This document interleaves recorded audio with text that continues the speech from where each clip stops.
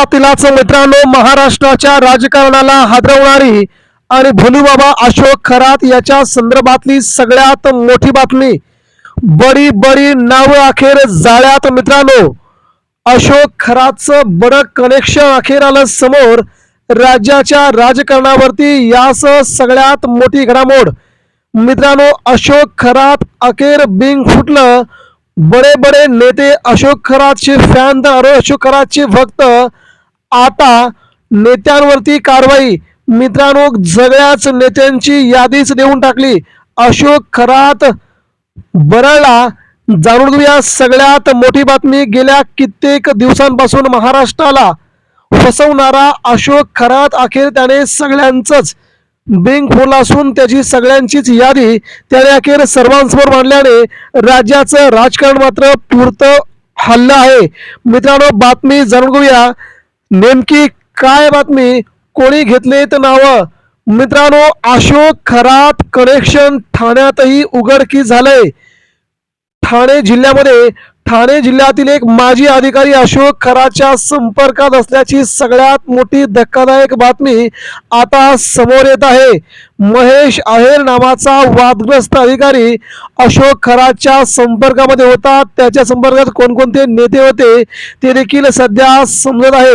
महेश आहेर ठाणे महापालिकेतील एका लिपिक महिलेला नेले जात असल्याचा धक्कादायक बाब आता समोर आले। ठाणे महानगरपालिकेतील एक महिलेला तो अशोक खरातकडे घेऊन गेला होता।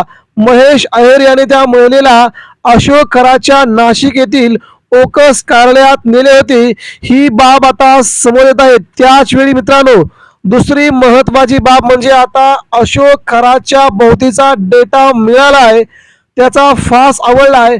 मात्र बड्या बड्या राजकारणाचे नंबर नाव त्याच्या मोबाईल मध्ये डेटाबेस मधून बाहेर आल्याने राज्याच्या राजकारणात मात्र सगळ्यात मोठी घडामोड सध्या घडू लागली आहे। भोंदू खरातचा दिवसागणिक पाय खोला जाताना दिसत आहे। खरातला रविवारी 5व्या गुन्ह्यात न्यायालयाने 23 एप्रिल पर्यंत पोलीस कोठडी सुनावली आहे। दरम्यान भोंदू खरातचा मोबाईल डेटा रिकव्हर करण्यास सायबर टीमला मोठं यश आलंय। खरातची सगळ्यात मोठी डोकेदुखी वाली ती म्हणजे त्याला मदत करणारे राजकीय नेते कोण होते हे आता त्यातून समोर आलंय। भोंदू खरातने अनेक महिलांचे लैंगिक शोषण केले, तसेच त्याने अनेक व्यावसायिक तसेच गृहसंस्थांनाही गंडवलंय। शेतकऱ्यांच्या जमिनी हडपल्या आहेत। भोंदू खरातवर 14 पेक्षा अधिक गुन्हे दाखल असून त्यातील 8 गुन्हे महिलांच्या लैंगिक शोषणाबद्दल आहेत। दरम्यान खरातच्या मोबाईलमध्ये असलेला डेटा या सर्व प्रकरणात महत्वाचा ठरणार असल्याने सायबर टीमकडून मोबाईल डेटा हस्तगत करण्याचं काम झालंय। आता हा डेटा रिकव्हर करण्यात सायबर टीमला यश आलं असून त्यातील कॉल, त्यातील नावं, त्यातील चॅट, त्यातील व्हिडिओ धक्कादायक बाबी आता समोर येणार आहेत। त्यामध्ये खरातच्या संपर्कात असलेले अनेक बडे राजकारणी त्यांची नावं आता समोर आली आहेत।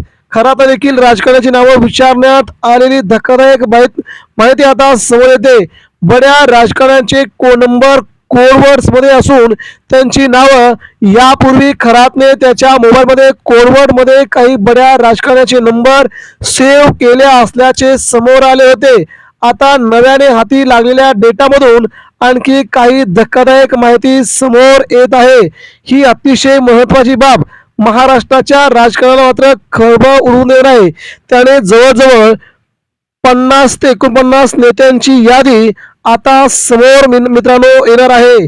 दरम्यान देवाचा अवतार असल्याचं सांगणारा भोंदू खरात सध्या डोक्याच्या दुखण्यानं ग्रस्त असल्याची बाब त्याच्या वकिलानं न्यायालयासमोर आणली आहे। खरातच्या वकिलांनी सांगितलंय खरातच्या खांद्यावर शस्त्रक्रिया करण्यात आलेली आहे, तसेच त्याचे डोकेही दुखत आहे।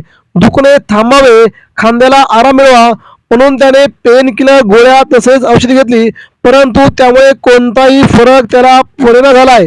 त्यामुळे त्याला सुट्टी मिळावी अशी मागणी केली जात असतानाच मित्रांनो राज्याच्या राजकारणात आता कोणकोणते नेते बडे राजकारणी इथे अडकलेत त्यांची देखील यादी तो देणार आहे। त्यामुळे महाराष्ट्रात कोणाकोणाचे राजीनामे, कोणाकोणाची हकालपट्टी, कोण कोण नेते यामध्ये अडकलेत त्यांचा राजीनामा घेऊन महाराष्ट्राच्या राजकारणातून जी हकालपट्टी होणार का, याकडे अवघ्या महाराष्ट्राचं लक्ष लागलेलं आहे. मित्रांनो, याच कारणास्तव राज्याचं राजकारण पूर्णपणे हल्ला असून अशोक खरात हे प्रकरण वाटतं तेवढं सोपं नसल्याचं सध्या बोललं जात आहे.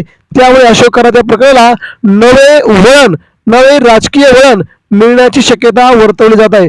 मित्रांनो, याबद्दल आपल्याला काय वाटतं, आपल्या प्रतिक्रिया द्या. धन्यवाद. जय हिंद, जय महाराष्ट्र.